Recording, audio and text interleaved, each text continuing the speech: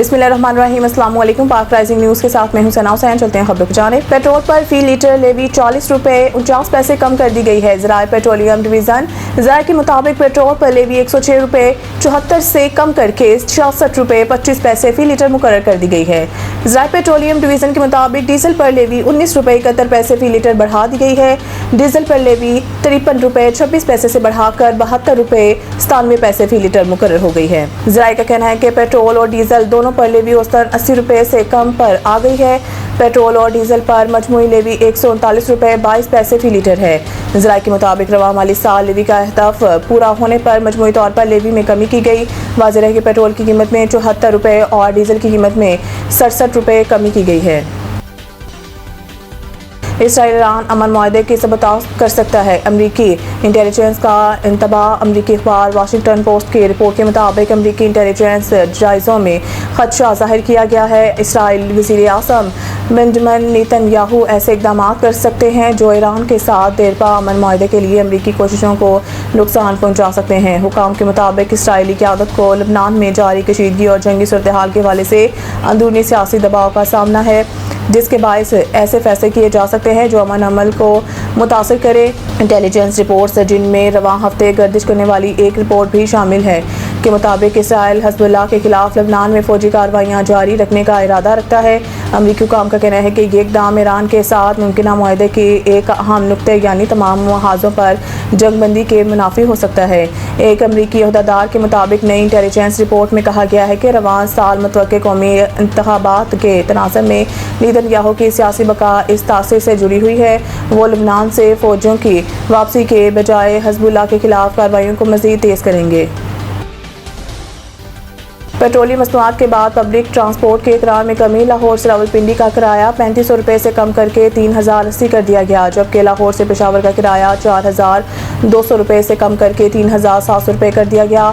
इसी तरह लाहौर से सरगोदा का किराया 1670 से कम करके 1470 रुपये, फैसलाबाद का किराया 1530 से कम करके 1350 रुपये, मुल्तान का किराया 2900 से कम करके 2550 रुपये कर दिया गया है।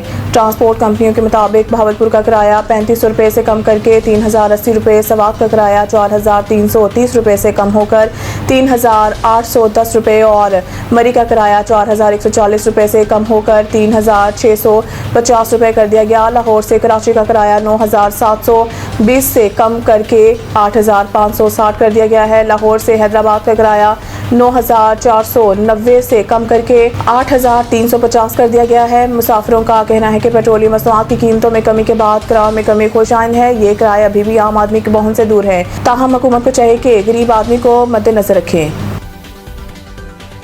सऊदी वलीअहद के अमन मुआहदे की कामयाब तकमील पर शहबाज शरीफ को मुबारकबाद। वज़ीर आज़म और सऊदी वलीअहद शहज़ादा मोहम्मद बिन सलमान के दरमियान टेलीफोनिक रब्ता हुआ। शहबाज शरीफ ने वलीअहद मोहम्मद बिन सलमान को तारीखी इस्लामाबाद अमन मुआहदे पर मुबारकबाद दी और पाकिस्तान के अमन कोशिशों में सऊदी अरब के मुस्तकिल हमायत पर इज़हार शुक्र किया। शहबाज शरीफ ने कहा है कि सऊदी अरब और खलीजी ममालिक के भरपूर हमायत से ईरान और अमेरिका के दरमियान अमन मुआहदा मुमकिन हुआ। दूसरी जानिब वलीअहद मोहम्मद बिन सलमान ने वज़ीर आज़म शहबाज शरीफ को तारीखी अमन मुआहदे की कामयाब तकमील पर मुबारकबाद दी, जबकि फील्ड मार्शल सईद आसिम मुनीर की अंतक कोशिशों को अमन मुआहदे की कामयाबी का अहम सबब करार दिया।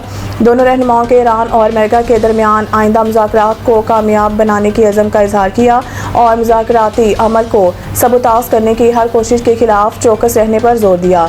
मज़ीद बरान शहबाज शरीफ ने वलीअहद मोहम्मद बिन सलमान ने आइंदा दिनों में करीबी राब्ता और तावन जारी रखने पर इत्तफाक किया। फीफा वर्ल्ड कप ऑस्ट्रेलिया को शिकस्त। अमेरिका 96 साल तारीख में पहली मरतबा मुसलसल 2 मैचेस जीतने में कामयाब।